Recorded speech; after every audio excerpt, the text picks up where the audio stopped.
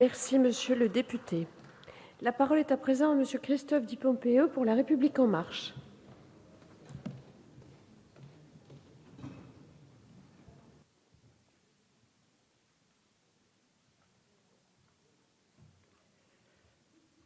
Madame la présidente, madame la ministre, madame la présidente de commission, monsieur le rapporteur, mes chers collègues, je voudrais tout d'abord remercier le rapporteur pour la qualité de son travail.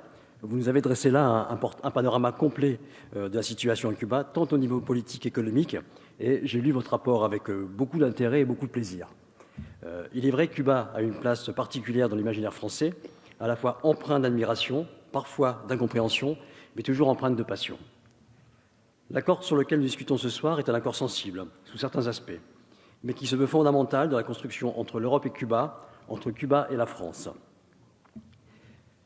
Cet accord marque un véritable tournant puisqu'il nous offre une opportunité réelle d'accroître les échanges politiques, culturels et commerciaux entre Cuba et l'Union européenne en général, et entre Cuba et la France en particulier.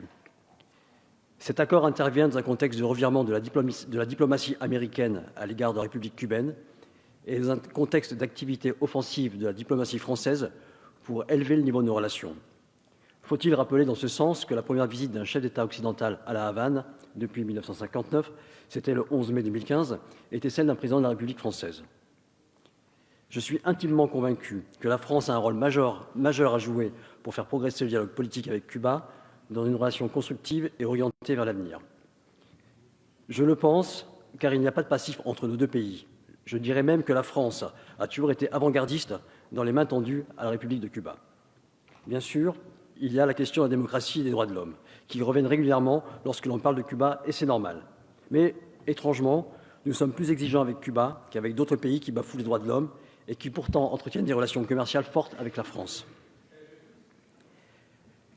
L'accord que nous examinons aujourd'hui favorisera le dialogue politique, mais également les relations commerciales, économiques et sectorielles, et je voudrais particulièrement insister sur ces dernières, car elles peuvent constituer pour les entreprises et leurs salariés de nos pays une véritable chance dans ce nouveau contexte d'ouverture économique de la Havane.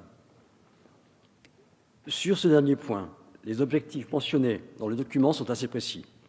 Renforcer les relations commerciales et économiques, notamment par une incitation au dialogue sur les questions commerciales et l'encouragement d'une intensification des échanges commerciaux. Favoriser l'intégration du Cuba dans l'économie mondiale, encourager le développement et la diversification du commerce intrarégional, ainsi que les échanges commerciaux avec l'Union européenne, renforcer la contribution du commerce au développement durable, y compris dans ses aspects environnementaux et sociaux, soutenir la diversification de l'économie cubaine et la promotion d'un climat propice aux affaires, encourager l'accroissement des flux d'investissement par l'instauration d'un environnement attrayant et stable. Et cela, grâce à un dialogue cohérent visant à améliorer la compréhension et la coopération sur les questions d'investissement et à encourager un régime d'investissement non discriminatoire. Aujourd'hui, nos échanges commerciaux réciproques sont trop peu nombreux, même si une soixantaine d'entreprises françaises sont d'ores et déjà présentes sur le territoire cubain. Mais cet accord se présente bel et bien comme une chance, car l'administration Trump, en décidant de remettre en cause l'ouverture des relations commerciales entre Cuba et les États-Unis, nous ouvre de nouvelles perspectives de développement et de coopération. En matière d'économie et de tourisme, bien évidemment, mais pas seulement. En matière culturelle, en matière médicale, nous qui avons des systèmes de santé qui sont parfois si proches. En matière universitaire également, nous avons beaucoup à apprendre des particularismes cubains.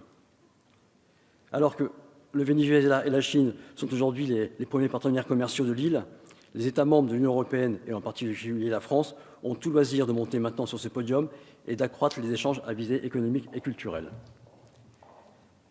C'est par ce biais que pourront s'opérer parallèlement à d'autres avancées significatives, encore plus importantes et touchant aux libertés individuelles et aux droits de l'homme.